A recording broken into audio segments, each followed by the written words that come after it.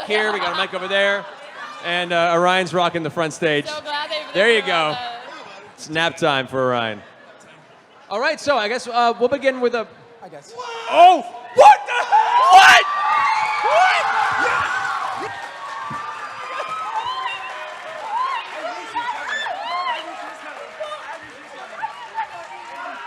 You guys did this. No, I had no idea. All right, so we didn't know she was here. We thought she was in New York, away forever. These are real tears, ladies and gentlemen. Oh, hey, Yay. Boog. Hi. Well, I'm glad you can make it. Thanks. I'm glad to be here. Hi, everyone. This is Ashley Johnson, our wonderful cleric.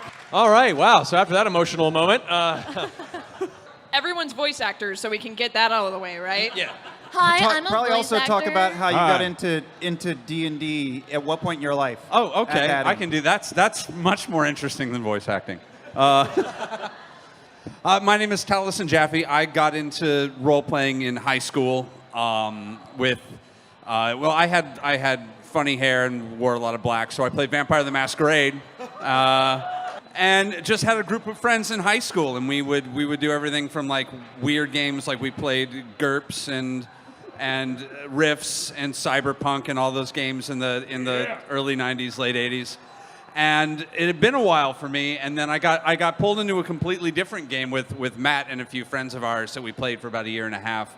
And then we'll get to the story of Liam's game, but I got pulled into the game that was the first game, and it has ruined me for every other game I could possibly want to play. So. Yes, I guess I first got into role-playing, tabletop role-playing in particular, with Matt. Matt was actually my first DM like 6-7 years ago. Approximately, yeah. And I've had other games. I was a part of a Buffy the Vampire Slayer tabletop RPG, which was super fun. Yep. It's a good game. It's a good Miles game. knows. I was a pyromancer. It was awesome. Hi, I'm Laura Bailey. RPGs, huh? Yeah. So I the first time I ever played pencil and paper RPG was with this group because of that guy. I always played RPGs. Like, I'm a big video game fan. I'm a geek for that. And so this wasn't anything, surprisingly, it wasn't anything new for me once we started playing. I kind of fell into it really, really fast because I was kind of accustomed to all of that. Some would say instantly. Instantly. Yeah, it was so much fun, and it was only supposed to be a one-off game when we started this, and it was just, we all had so much fun playing together that it was like, we can't stop this. When's the next time we can get together and do it again, and then again, and again, and yeah, it was epic. The longer version of that story, for anybody who doesn't know it, is several years ago That's directing... Liam O'Brien, everybody. Oh, hi, I'm Liam O'Brien. Hi. Hi. Hi. I'm just so happy. Several years ago, I was directing Matt for the first time on a game, and we knew each other, but not as well as we do now, and he would come in, and every time he came in, like a drug pusher, would be like, you should come, we could do a one-off. I could play with you. You played when you were younger. We should play together. And I refused every time. I said, oh, that'd be great, but I got brand new kids, because I had brand new kids.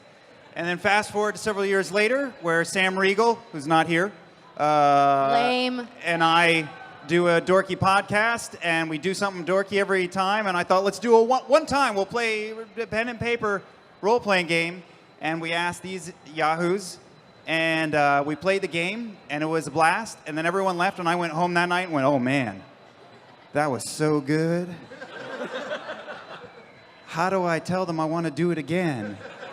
And I sent out an email, and nobody responded for a long time. Oh, that is true. Actually, yeah. Couple that of is really days, true. so I felt like I had a big red N on my forehead.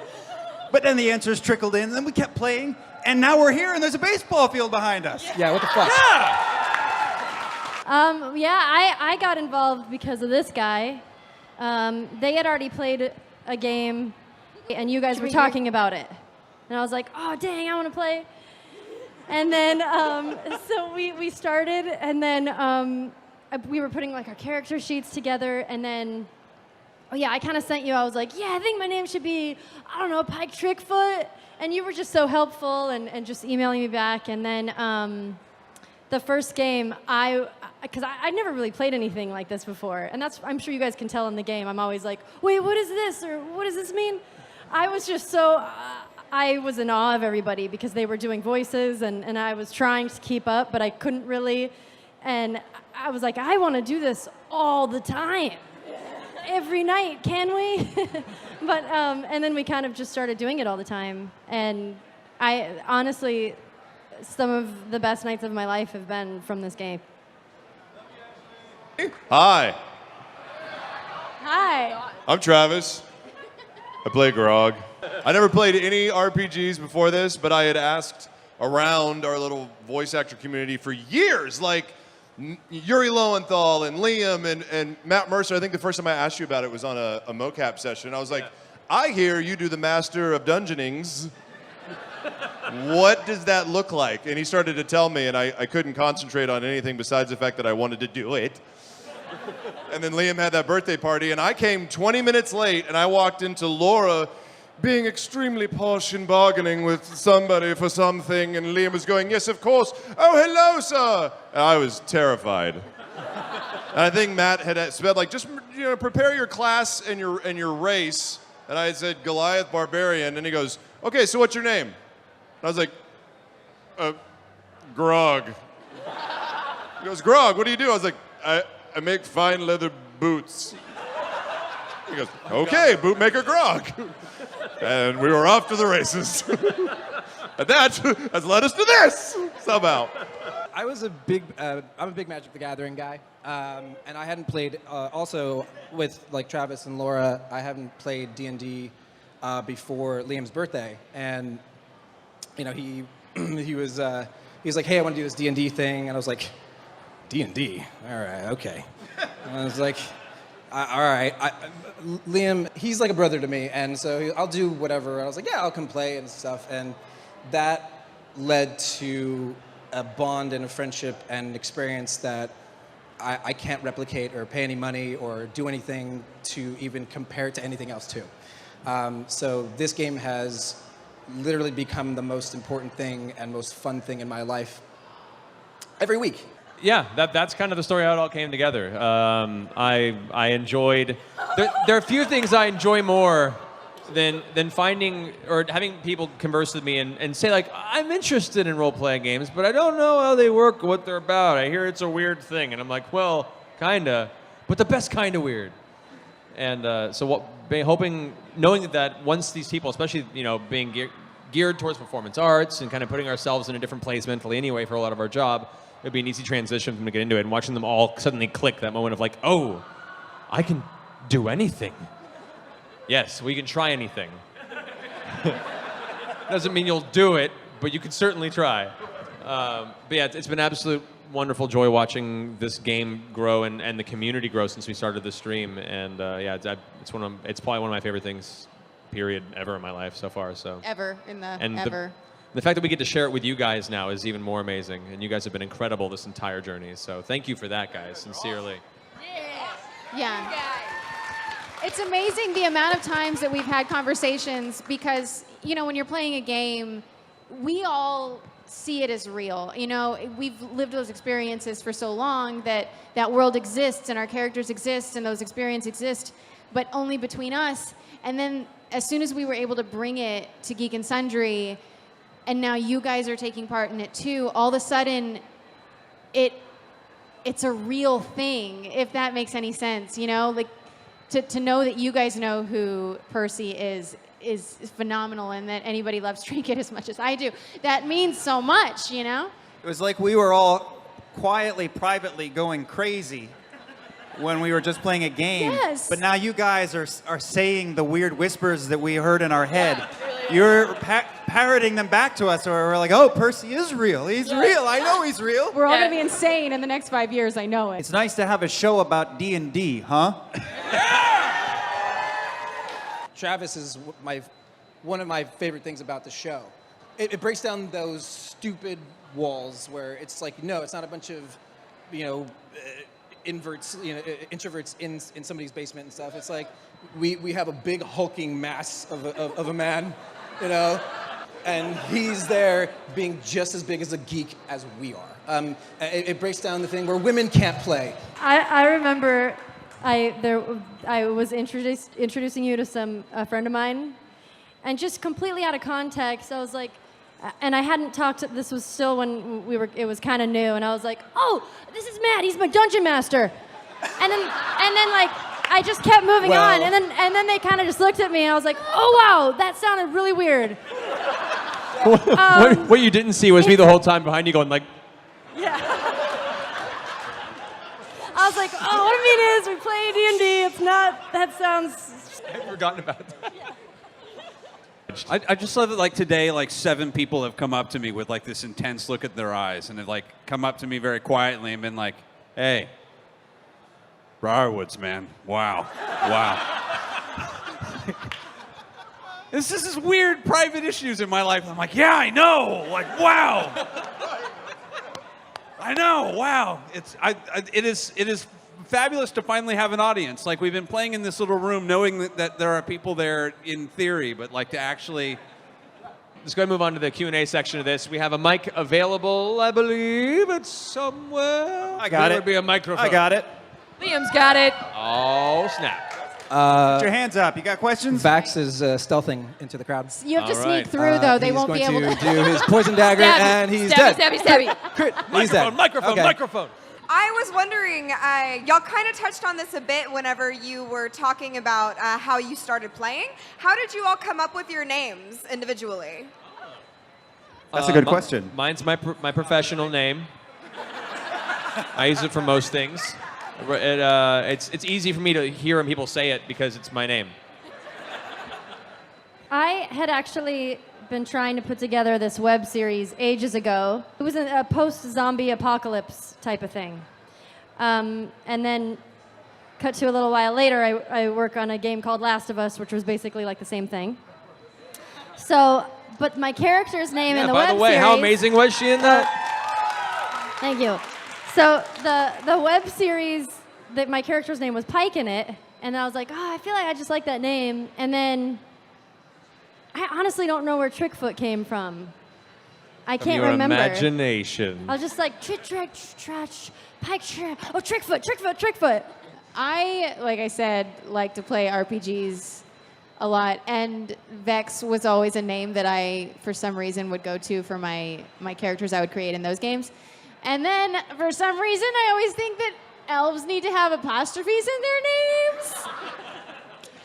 If you could see, because on every RPG like Dragon Age, every game that I play, I will come up with, I recreate characters like 10 times before I stick with one. So there's just like a list of like, to level 4 of characters. And yeah, Vex is always in that list. There's other names as well that I might get to someday in this game, hopefully not. And then when me and Liam, because, okay, so here's the thing.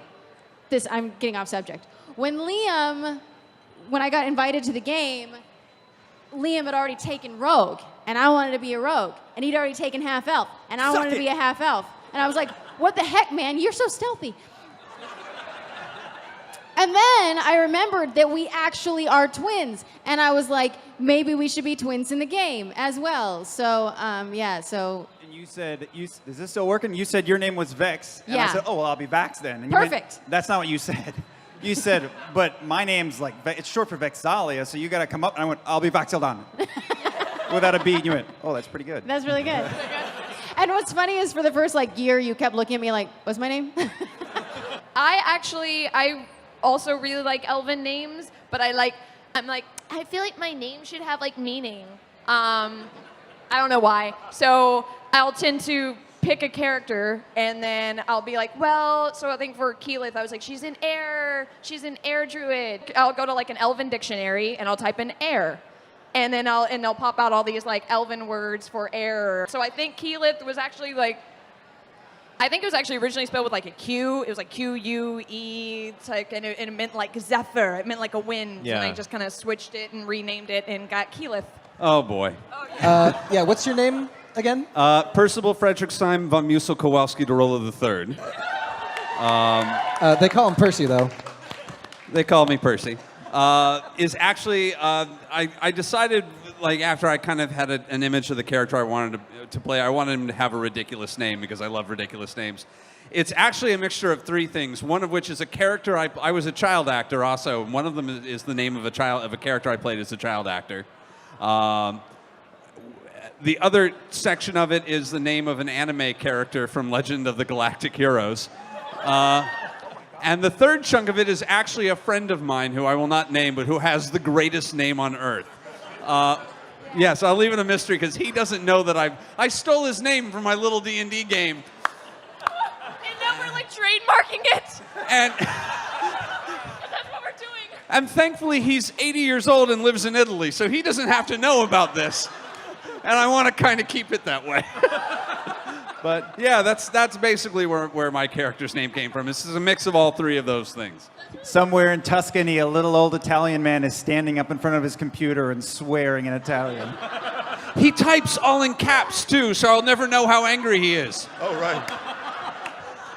Other than just coming up with it, because I hadn't made a name yet, because I'm an idiot, I loved Monkey Island, the game, and I remember that was my introduction to Grog, and I always figured that like a barbarian needs a really simple name.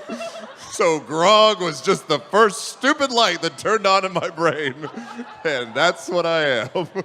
And you came up with my last name. Strongjaw, yeah. That's right. Because I got possessed or something at one point. It was bad. You did. You, I'm done. we already covered yours. Yours. Tiberius. Bring us home. Right. Tiberius, I actually named for two reasons. The first is Tiberius Caesar is Caesar's father, and I wanted the character, because he comes from a political, like, kind of high tier family, to have that kind of weight behind it. And Stormwind, I think it's like a place in Skyrim where it's like the Stormwind or something like that. So I was like, yeah, Stormwind, awesome. But I would like to point out, we didn't even realize that you had done that till like a few weeks ago. Yeah. And you were like, because you were playing Elder Scrolls Right. online. So, That's what it was. So thank you. So 2.5 years and change years passed, and I was just like, yeah, I'm like really creative. I started playing Elder Scrolls Online again. Oh shit, I ripped off Skyrim the whole time. I'm not creative at all. Thanks for pointing that out, Marisha. What each character's most heroic moment was. On the show, anytime, including the whole game? Let's go the whole game. Whole game. I know Tiberius's. Want me to tell a story? I feel like Matt would know our most. I know a lot of them, yeah. There was one sequence, and I'll make it quick. They were fighting their first Umber Hulk they ever encountered in this like nest that was in this cavern up at the top of a giant underground cave. And it was about a 170-foot drop into a lake that had an island in the center. And they were fighting it. Grog was trying to grab it and throw it through the hole that dropped into this giant cavern. However, it bull rushed him and knocked him off instead. Grog fell, took enough damage to put him unconscious from full life.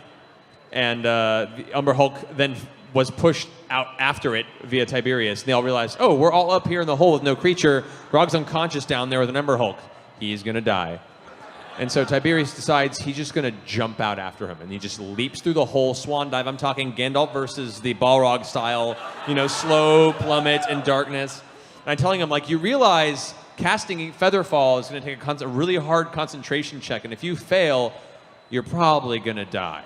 He needed a 14 on a D20, and he rolled exactly a 14.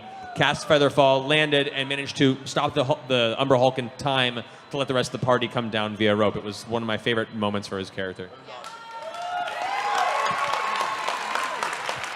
I was quite proud of the magic carpet save of like our very first run-in with the magic carpet. That story it's a very complicated story, but we found the magic carpet out of luck while falling out of a building and everything.